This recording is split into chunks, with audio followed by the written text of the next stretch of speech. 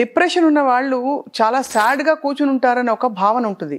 But హ్యాపీగా పైకి కనిపిస్తూ లోపల మగ్గిపోతున్న డిప్రెషన్ అనగదొక్కున్న ఒక లోపలి కోణం ఉంటుందని చాలా మందికి తెలియదు. డిప్రెషన్ ఉన్నట్టు హౌ డు వి ఐడెంటిఫై ఎవరికైనా, మనకు కానీ ఫర్ ఎగ్జాంపుల్? ఇప్పుడు డిప్రెషన్ అనే మీరు ఒకటి చెప్పిందంటే కొంచెం ఏటిపికల్ డిప్రెషన్ అంటారు మీరు అన్నది, దాన్ని స్మైలింగ్ డిప్రెషన్ అంటారు.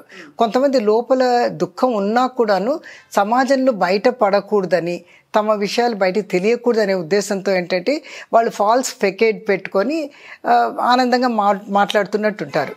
అంటే ఒక ఉదాహరణ చెప్తాను. ఒక వ్యక్తి అతను డిప్రెషన్కి లోనయ్యాడు. అంటే మా చిన్నప్పుడు జరిగింది, నేను స్టూడెంట్గా ఉన్నప్పుడు. అతను పెళ్లి చేసుకున్నాడు, ఇష్టపడి అమ్మాయి వెనకబడి పెళ్లి చేసుకున్నాడు.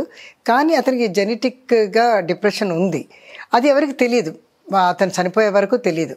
అతను ఏంటంటే చక్కగా తన భార్యతో ఏదో గొడవ పడి వెళ్ళిపోయి తర్వాత వాళ్ళ కజిన్ వాళ్ళ ఫ్రెండ్స్ అందరితో చాలా ఆనందంగా గడిపి ఆ రోజు మొత్తం కూడాను వెళ్ళి తను ఎక్కడో చదువుతున్న చోట తన పుస్తకాలన్నీ ప్యాక్ చేసి ఒక సూసైడ్ నోట్ చేసి హ్యాంగ్ చేసుకున్నాడు. అంటే అసలు ఎవరు గుర్తుపట్టలేదు, ఎందుకంటే వాళ్ళ ఫ్రెండ్స్ అంతా చాలా ఆనందంగా వీడు చాలా బాగా గడిపాడు అనేసి.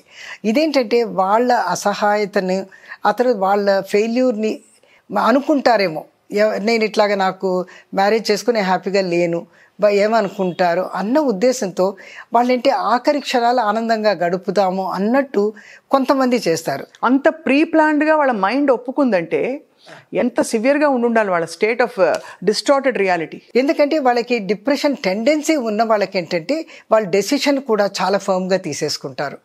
అంటే ఏదైనా ఫెయిల్యూర్ వచ్చిందంటే దాన్ని వాళ్ళ ఎక్స్పెక్టేషన్స్ ప్రకారం కాకుండా ఆ వల్నరబిలిటీ ఉన్న వాళ్ళంటే సివియర్ డిప్రెషన్లోకి వెళ్ళిపోతారు.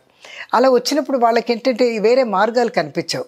వాళ్ళకి ఏమనిపిస్తుంది, నేను అనుకున్నది జరగలేదు. ఆ తర్వాత సివియర్ డిప్రెషన్లోకి వెళ్ళినప్పుడు అంధకారంగా అనిపించేసి ఎందుకు బతికేం చేయాలి అన్నట్టు ఉంటుంది. ఈ విధంగా చాలామంది, ఇప్పుడు మీరు గమనించినట్టయితే ఆ పిల్ల బాగానే ఉందండి, చదువుకుంటుంది, తెలివిగల పిల్ల, కానీ చనిపోయింది అక్కడ హాస్టల్లో ఏమైనా ఇప్పుడు కోటాలో కూడా చూస్తూ ఉంటారు. మీరు ఆల్మోస్ట్ మంత్కి లేకపోతే 2 నెలలకు ఒకసారి ఒకళ్ళు ఇద్దరు సూసైడ్ చేసుకున్నట్టు వింటున్నాం. వాళ్ళంతా తెలివిగల పిల్లలు, మంచి ఫ్యామిలీ నుంచి వచ్చిన వాళ్ళు చక్కగా వెళ్ళి చదువుకుంటున్నారు. కానీ ఏంటంటే అందరూ చేయట్లేదు.